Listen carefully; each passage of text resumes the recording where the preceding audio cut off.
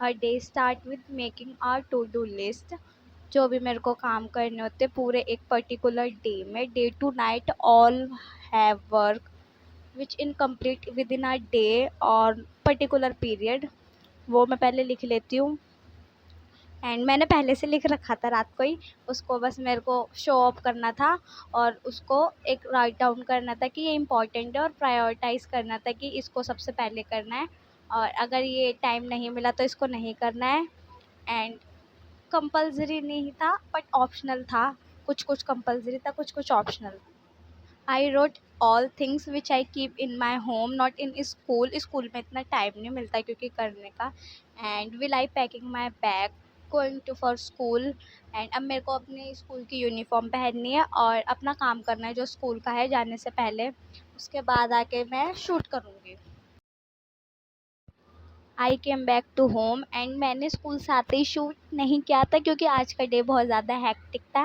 And मैं आते ही lunch करके सो गई थी तो मैं शूट नहीं कर पाई। उसके बाद अब 2 बज रहे हैं और मेरे को ट्यूशन जाना है। उससे पहले मैं जो भी मेरे को रिवाइज़ करना है प्रीवियस, उसको रिवाइज़ कर रही हूँ ताकि जो बाकी के आगे के कॉन्सेप्ट है which I learn clearly and give me some clarity, that's all of things.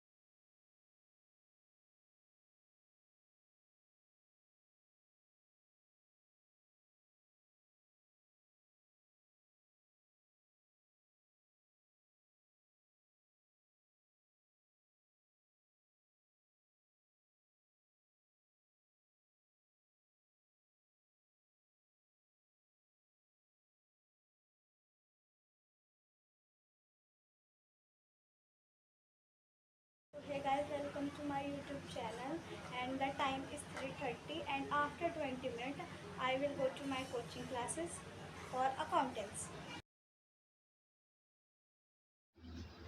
So again I repack my bag for going coaching and जितना भी कोचिंग का स्टफ़ है स्टेशनरी वो सब कुछ पैक करना है। एंड मेरी नोटबुक्स को पता नहीं क्यों कोई टाइम पे मिलती ही नहीं है, बार बार ढूंढना पड़ता है।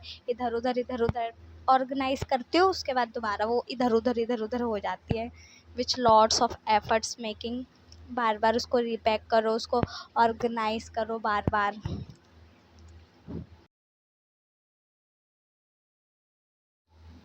Now it's time to do self study. So start with my favorite subject, business study, which I have so many consequences in my mind this subject regarding, and I just underline the important things in my syllabus which I should be keep in my mind, and time to time ये मेरे को याद रहे उसके लिए इसको मैं highlight कर रही हूँ। और जो सिर्फ इम्पोर्टेंट है जिसमें मेरे को कोई प्रॉब्लम नहीं है, अच्छे से मेरे को आ जाएगा।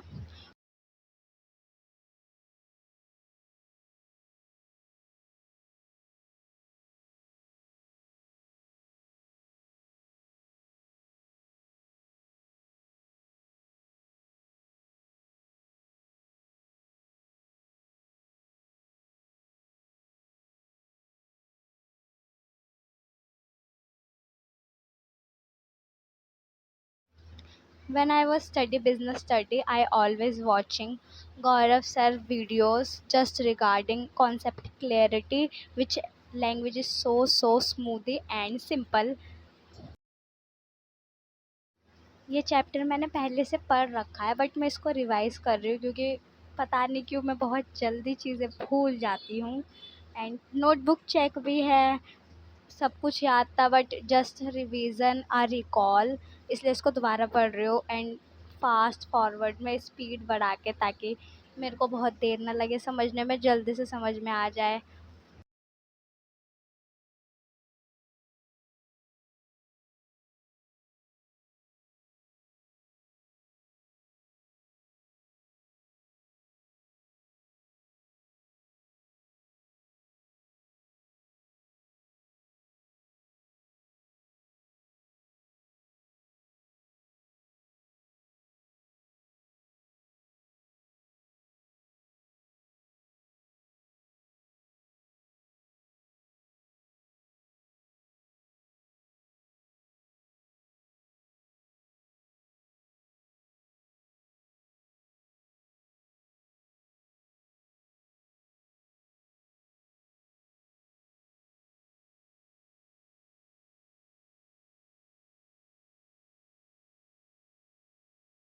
Now it's time to study accounts and it is my first prioritized subject, जिसमें मेरे को सबसे ज़्यादा प्रॉब्लम होती है। एक तो थियोरेटिकल सेक्शन है इतना सारा, और ऊपर से इसमें practical problems, illustration, question, numerical सब कुछ है।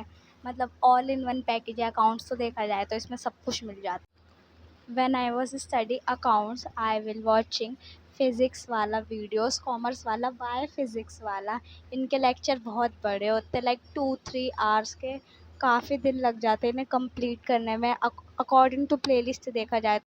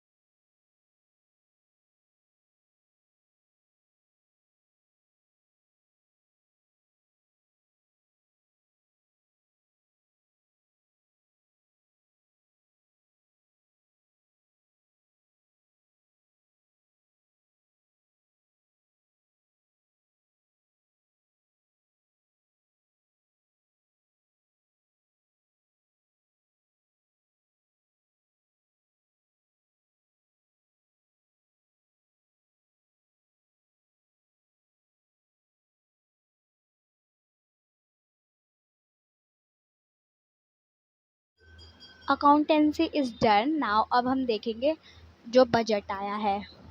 So this is budget and इसमें मेरे से रिलेटेड क्या है जो मेरे को देखना है।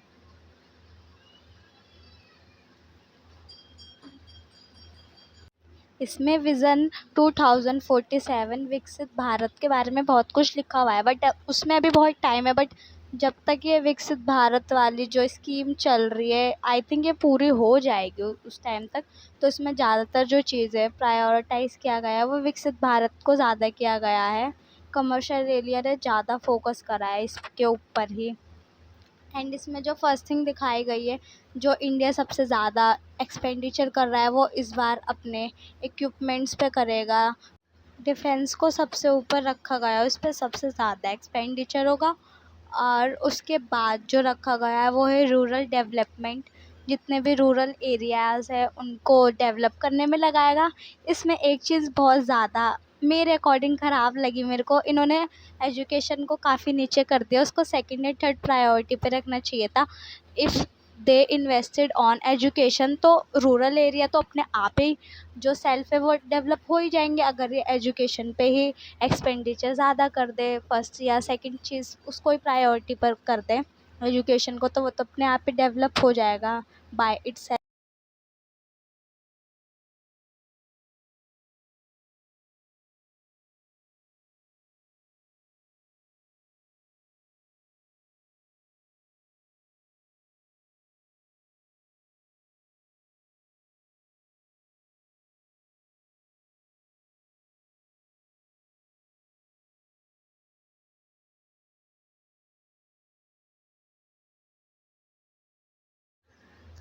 Now finally I found this. मैं इतनी देर से इसे ढूंढ रही थी, टैक्स वाले एरिया को। तो जिन लोगों की सैलरी 3 to 7 लाख है उन लोगों को 5% GDP पे देना है, टैक्स पे करना है। ओ यहाँ से स्टार्ट है।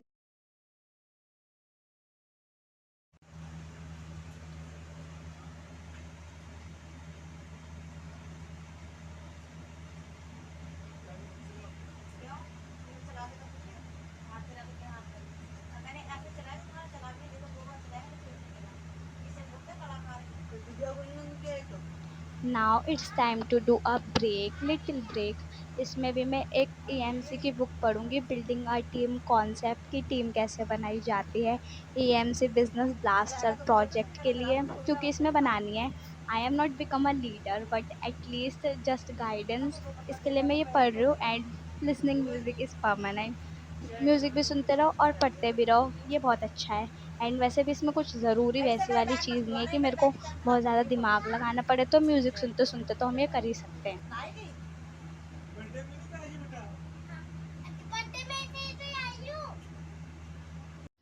Now it's time to do study economics. मैंने अपने तीनों सब्जेक्ट को प्रायोरिटाइज़ किया है, मैंने एक एक बार कंसिस्टेंटली तीनों को एक या 1.5 आवर पढ़ा है कंसिस्टेंटली, आज मेंटेन कर लिया है। Now it's time to study economics budget chapter.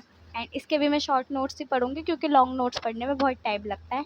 And quick revision के लिए यही पढ़ूंगी। एंड इसमें मैंने टाइमर लगा रखा है, क्योंकि मेरे को देखना था कि मतलब मैं इकोनॉमिक्स कितनी देर पढ़ सकती हूँ। एंड इसमें टाइम लगा रखा है। वैसे तो अभी जो 10 बज रहे हैं, तो देखते हैं कितनी देर तक मैं इकोनॉमिक्स पढ़ सकती हूँ, अपना बजट चैप्टर। एंड अभी हमने बजट भी देखा कि उसमें क्या क्या न्यू चेंजेस हुए हैं। एंड वो इसमें मैं मेरे को क्या वो पढ़ने को मिलेगा जो वहाँ पर चेंजेस हुए। एंड नॉट एट ऑल सारी चीज़ें तो नहीं मिली, but capital expenditure, revenue expenditure, revenue receipts तो मिली है पढ़ने के लिए।